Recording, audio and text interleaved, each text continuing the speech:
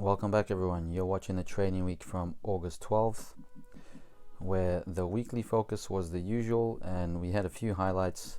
Double twisted, double pike on the air track. You'll see me do it today on the trampoline as well. Healy without any mats on P-bar. And on Monday, the day that you're watching, I touched all 6 apparatus for the first time, and man, it's probably been more than a year because the last time I would have done it would have been before the 2023 World Championships. Over on the Patreon, I'm looking at my footage from the Japan Junior International competition from '09. Had a lot of kind of guys that were juniors back then that are still seniors now, or maybe have already finished their gymnastics careers. So it's going to be interesting to take a look at what they were doing. Last week I said that there really was no weekly focus anymore, and I'm going on intuition, but I guess the weekly focus now is kind of the same. It's quite obvious what I'm gravitating to in the gym. Tumbling, I'm working on getting my shoulder more healthy to put in that flick flack. And speaking of the flick flack, we're going to break down a couple flick flacks today in World Clips of the Week, because I've been talking about this flick flack for, I don't know how long I've been trying to change this flick flack for. And just in case you're not quite sure what I'm talking about when I say I want to change my flick flack and close my shoulder angle and all those things, I put a couple examples today in the World Clips of the Week that we can analyze a little bit. So we're working that on floor. The double twist punch, double front, obviously. P-bar is another biggie. The peach one by Healy, I'm trying to get that consistently twice a week. The Gatson is kind of a slow and steady thing because I want that skill in my routine for when I come back. And then of course the Gaylord and the stoop halves on high bar. So the focus is actually, it's pretty much the same stuff every week, and there's not too many other things I'm doing right now. Just very, very slowly building on the other apparatus, but fully focusing on getting P-bar and high bar back as fast as possible. So it was another short week this week, just the 3 days of training. We had Central Champs just this last weekend, and it was a pleasure to meet a few more of my viewers. So thank you for coming up, saying hi. And it was a big competition. I feel like it almost had like a nationals vibe. Most clubs that have like senior levels attended, so it was like a pretty good turnout for a domestic competition in New Zealand. And now officially the New Zealand pre-nationals or qualifier season is over, so this time I can actually give a proper congratulations since the last one is now done. So congratulations to all New Zealand athletes that have gotten through the season, whether you made it to nationals or not. It's always just the beginning. So good luck for everyone preparing for nationals in the next I feel like we have 1.5 months or so. See you all there. Yeah, so I was pretty happy with getting some pain-free handsprings. Yurchenko's going to take quite a while to get back to with the range of motion problems throwing over my head.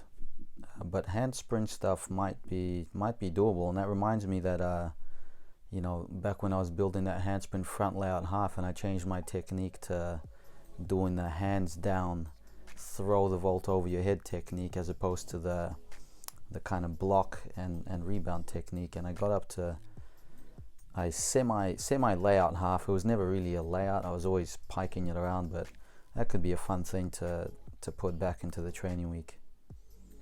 Get some vault. Now I did notice on P-bars and high bar that I was feeling the fatigue after just doing a few vaults, and that little ring sequence that I did earlier.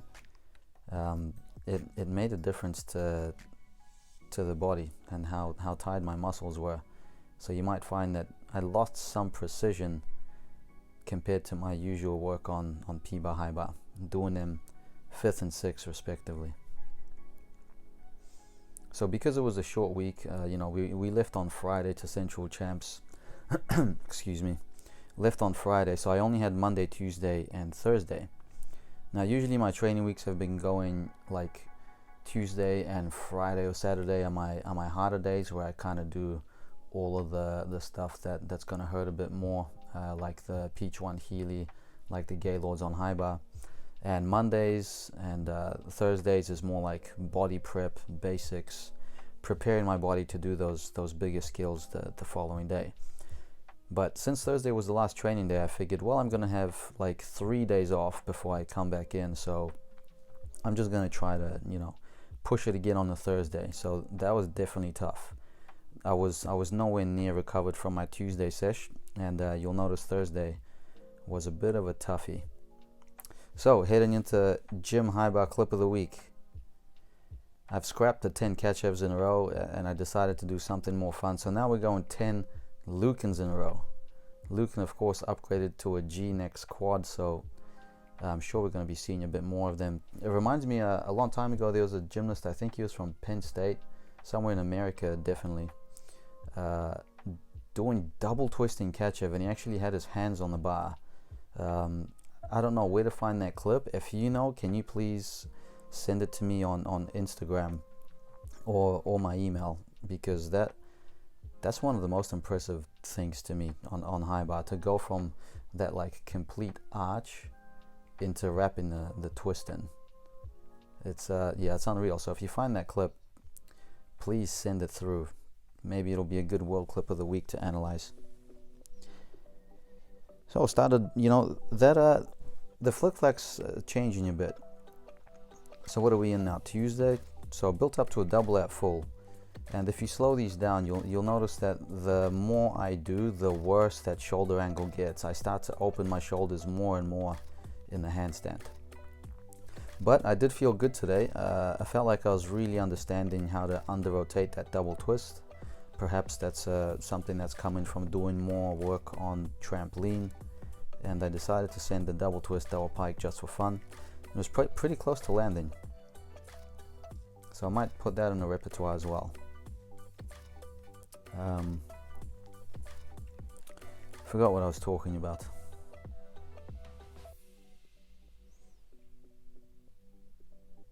So the other highlight for the week was doing a Healy with no mat. You'll see that on Thursday. I didn't swing out of it too well, but that's a good step. That's a good milestone. For me, I've been doing the Healy with the mat now for probably, I don't know, I feel like it's been a couple months. That's like what, spaz number 5? Put me into that breakdance in the Olympics. Look at that. Not even an Australian girl could replicate those moves. So I've been doing the peaches now from the front toss to start prepping myself for doing the peach 1 Healy after that, not front toss, sorry, after the Honma. Peach 1 Healy, or any like grip skill, I find after Honma is just so much harder. It's almost like when your hands let go of the bar and then they have to catch it, and then you have to do an underbar skill. It's completely different and much more difficult to get the grip right when compared, say, to doing like a kip swing to handstand, where you've done the kip to kind of grip into the bar. Your hands are still on that spot, and the bar feels good for some reason. But once you've let go of it, like if you've done a straddle cut or something, or if you're doing giants or underbar work at the end of your routine, even just a simple like B peach to support, it definitely feels like different. I don't know, maybe I'm just like a head case, but grip's always been an issue for me. No mat slide, pretty decent kick out there. Starting to build my comfort back up.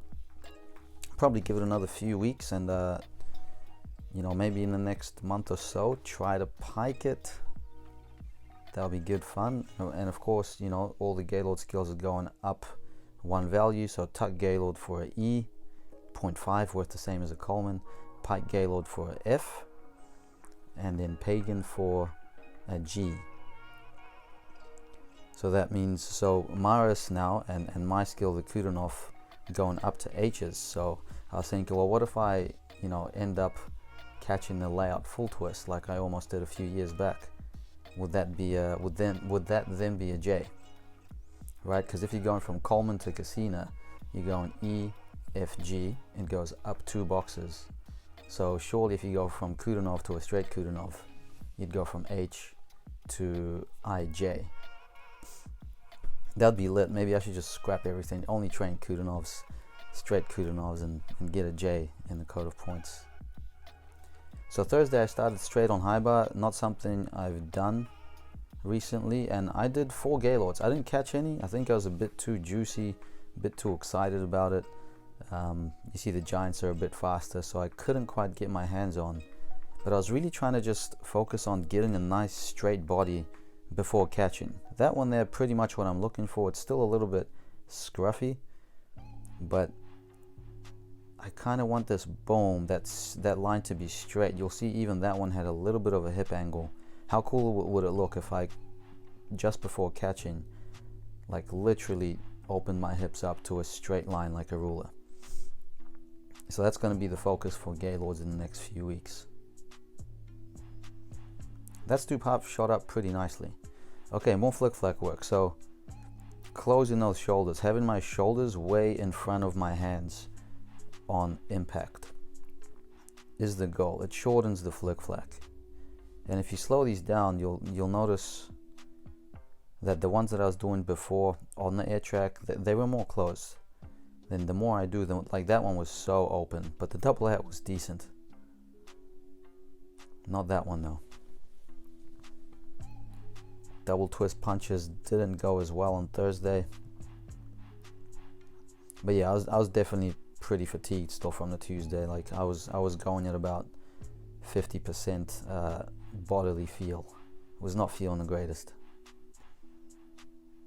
Yeah, whenever there's a struggle on a normal peach, I'm not feeling the greatest. And I think I actually decided not to do peach 1 because the shoulder was a bit sore after those 4 Gaylords. But it's worth a mention that that's twice as many as usual. Usually I've been doing 2 the last couple of weeks. Here I doubled it up, and I was sore for sure, but like 2 days later it kind of feels back to normal. So I didn't do any more intense things after that. Felt like I kind of finished myself off doing all that Gaylord work, and just finished off with some wee bit of basics to work on that pop for my P-bar dismount. But you don't finish without smashing yourself on ring strength, fam. Smash yourself with a cross, and then off you go to the weekend. So let's check out this flick flack. We'll start with Jake Jarman. Now Jake, he really closes his shoulders a lot. You'll notice his right arm is further back than his left. I'm not sure why that happens. Perhaps it helps you to twist. The 3.5 twister, Jake Jarman, J, and then his Skillsworth, a J, the triple J, triple whammy. So you pay attention to that closed shoulder angle. That's what I'm going for. And I feel like when I get it right, it does translate to a shorter, higher, double back or whatever it is that I'm doing. Zapata, on the other hand, does not do one hand in front of the other, but you'll notice again those shoulders are way in front of his hands on impact. Funny enough, now because my shoulder mobility is limited, I'm gonna have one hand in front of the other anyway. So there you have it. That's the technique I'm after. That's the goal. Thanks for watching. All the best. Till next time.